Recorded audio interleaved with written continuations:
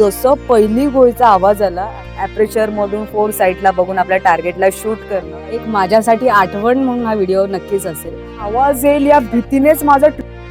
Hello everyone and welcome back to my channel. Hope you all are वेल.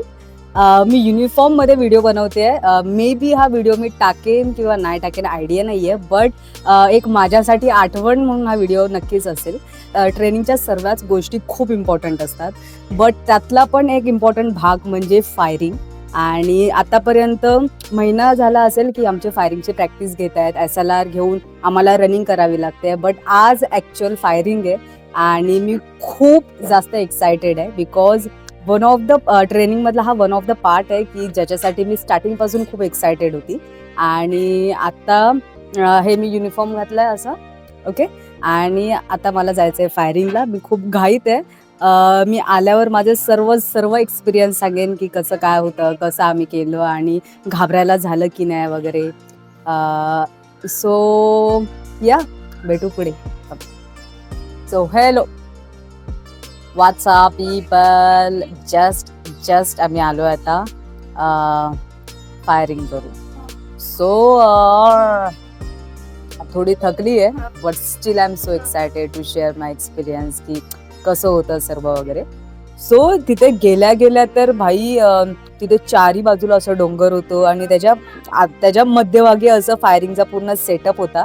आणि आम्ही रस्त्याच्या म्हणजे जसं गाडीतून उतरलो आणि अर्ध्या रस्त्यातून जात होतो तिथे सेटअपवर, तिथे ऑलरेडी मुली करत होत्या. सो जसं पहिली गोळीचा आवाज आला, आय वॉज शॅटर्ड.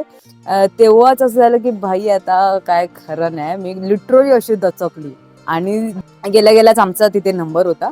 सो तिथे गेलो आणि तिथे आम्हाला इथे महिनाभर खूप प्रॅक्टिस करून घेतली की या स्टेप फॉलो करायच्या. जी रायफल असते, खांदा असतो आणि जो आपला पाय असतो तो एक अलाइनमेंट मध्ये असलं पाहिजे किंवा.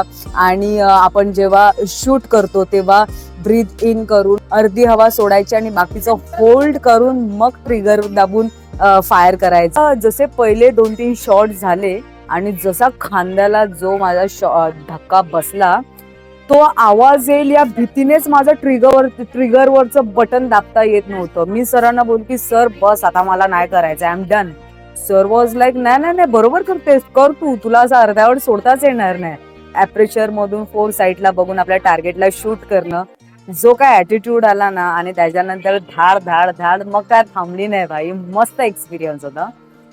आणि झाल्यावर असं झालं की झालं, संपलं, अजून एकदा करायचं, बट नाही तेवढंच देतात. आणि त्याच्यानंतर डिटेल वगैरे क्लोज केली, देन आली. ॲट द एंड ट्रेनिंग मधला मोस्ट इम्पॉर्टंट भाग असतो फायरिंग. आणि फायरिंग झाल्यावर ट्रेनिंग तुमची ऑलमोस्ट 95% कम्प्लीट झालेली असते. आणि मग आता बाकी एक्झाम, देन POP, ऑलमोस्ट आमची ट्रेनिंग संपेल. आणि ऑलमोस्ट मी ट्राय केलंय की जेवढ्या पॉसिबल होईल तेवढ्या गोष्टी मी तुमच्यासोबत शेअर करेन. तरी सुद्धा मी खूप या फायरिंगच्या खूप लिमिटेड गोष्टी तुम्हाला सांगते, बिकॉज इथे रिस्ट्रिक्शन्स असतात आणि पुढे काय उगाच काय बोलतात ना, हे नको, प्रॉब्लेम नको व्हायला, म्हणून मी खूप लिमिटेड सांगते. त्यात पण माझं कन्फर्म नाही की मी हा व्हिडिओ टाकेन की नाही, बट ठीक आहे, माझ्या आठवणीसाठी मी हा व्हिडिओ टाकते. सो या आजसाठी एवढंच. Thank you so much for watching. Bye.